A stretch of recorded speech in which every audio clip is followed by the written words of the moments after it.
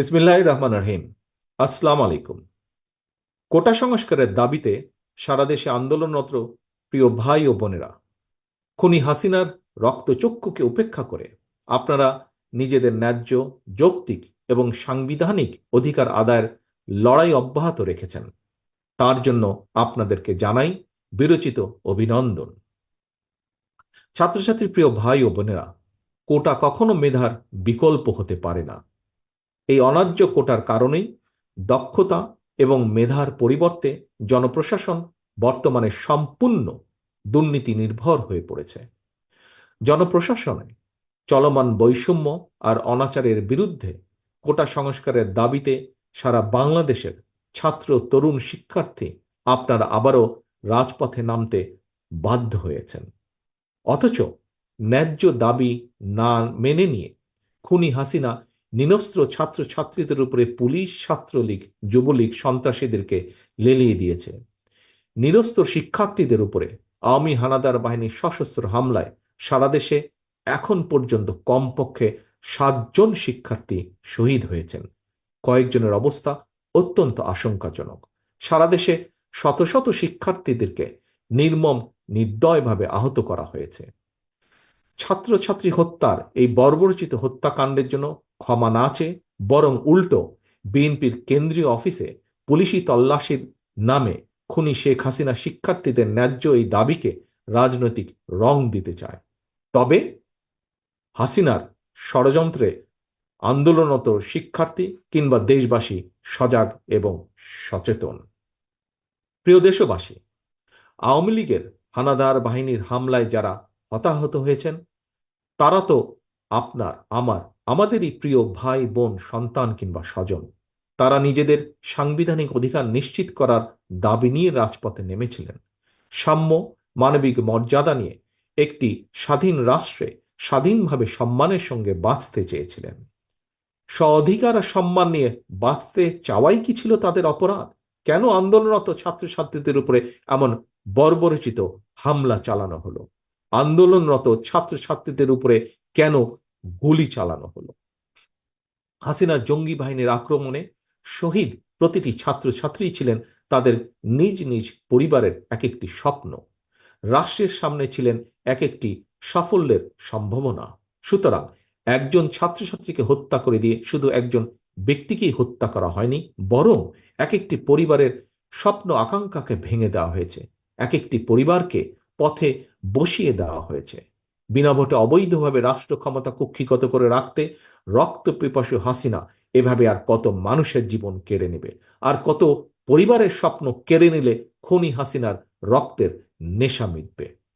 সারা দেশের প্রিয় তরুণ, শিক্ষার্থী, ছাত্রছাত্রী ভাই ও বোনেরা, আমি এই হত্যাকাণ্ডের তীব্র নিন্দা জানাই। হতাহত পরিবার এবং স্বজনদের, শোকসন্তপ্ত পরিবারের প্রতি জানাই গভীর শোক এবং সমবেদনা। আল্লাহর দরবারে শহীদদের মাগফিরাত কামনায় বিএনপি সহ বাংলাদেশের প্রতিটি গণতান্ত্রিক রাজনৈতিক দলের পক্ষ থেকে বুধবার বা জোহর সারা দেশে গায়েবানা জানাজা অনুষ্ঠিত হচ্ছে। প্রিয় দেশবাসী, একজন শহীদের সন্তান হিসেবে, স্বাধীনতার ঘোষকের সন্তান হিসেবে, একজন বীর মুক্তিযোদ্ধার সন্তান হিসেবে আমি বিশ্বাস করি, আমার দল বিএনপি বিশ্বাস করে, চাকরি ক্ষেত্রে 56% কোটার বিদ্যমান ব্যবস্থা অবশ্যই আমাদের মুক্তিযুদ্ধের মূল মন্ত্র, সামাজিক সুবিচার, মানবিক মর্যাদা এবং সাম্য, এটার বিরোধী। কোন সভ্য রাষ্ট্র ও সমাজের শাসন প্রশাসন দা চাপাতি, কুড়াল কিংবা হেলমেট বাহিনী দিয়ে চলতে পারে না। জ্ঞান ভিত্তিক রাষ্ট্র এবং সমাজ বিনির্মাণ করতে হলে, বর্তমান প্রতিযোগিতামূলক বিশ্বে টিকে থাকতে হলে মেধাভিত্তিক শাসন প্রশাসনের কোনোই বিকল্প নেই। এবং এ কারণেই সরকারি চাকরিতে কোনোভাবেই 5% বেশি কোটা রাখার কোনোভাবেই যৌক্তিক নয়। শিক্ষার্থীদের উদ্দেশ্যে, সারা বাংলাদেশের শিক্ষার্থীদের উদ্দেশ্যে আমি বলতে চাই, জনগণের রায় বিএনপি আবারও সরকার গঠনের সুযোগ পেলে সংবিধানের 29 বিধির আলোকে অবশ্যই কোটা সংস্কারের যৌক্তিক এবং ন্যায্য দাবির বাস্তবায়ন করা হবে ইনশাল্লাহ। প্রিয় দেশবাসী, রাজপথের আন্দোলনকারী এই শিক্ষার্থীরা প্রত্যেকেই কেউ আপনার, আমার, আমাদেরই ভাই বোন, সন্তান কিংবা স্বজন।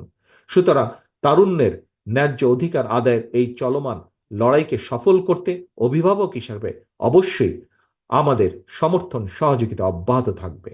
বাংলাদেশের পক্ষের শক্তির কাছে আমার আহ্বান, আমাদের ভাই বোন কিংবা সন্তান স্বজনদের ন্যায্য দাবি আদায় তাদের পাশে থাকুন, তাদেরকে সহযোগিতা করুন, তাদেরকে সাহায্য করুন, তাদেরকে সাহস দিন। আওয়ামী হানাদার বাহিনী নৃশংসতার বিরুদ্ধে রাজপথে প্রতিরোধ গড়ে তুলতে সাহায্য করুন, তাদেরকে সহযোগিতা করুন, তাদেরকে স্লোগান তুলুন, ফায়সালা নয় আদালতে, ফায়সালা হবে রাজপথে। প্রিয় দেশবাসী, বিগত 16 বছরে 17 বছরে বারবার প্রমাণিত হয়েছে খুনি হাসিনার হাতে কেউ নিরাপদ নয়। এমনকি এই দেশের বা আমাদের প্রিয় মাতৃভূমি বাংলাদেশের স্বাধীনতা সার্বভৌমত্ব নিরাপদ নয়। মিথ্যাবাদী প্রতারক হাসিনার কবল থেকে রাষ্ট্র ক্ষমতা উদ্ধার করে জনগণের কাছে জবাবদিহিমূলক সরকার প্রতিষ্ঠা করতে না পারলে ছাত্র বলুন, শিক্ষক বলুন, যে কোনো পেশাজীবী মানুষের কথাই বলুন না কেন, কারো কোনো দাবি আদায় হওয়া সম্ভব নয়। ন্যায্য দাবি কোনোভাবেই আদায় হওয়া সম্ভব নয়। সুতরাং দেশ এবং জনগণের স্বাধীনতা রক্ষায়, মানুষের রক্ষায় হোক এই মুহূর্তের স্লোগান দফা 1, দাবি 1, খুনি হাসিনার পদত্যাগ। আল্লাহ হাফেজ। বাংলাদেশ জিন্দাবাদ। বাংলাদেশ জাতীয়তাবাদী দল জিন্দাবাদ।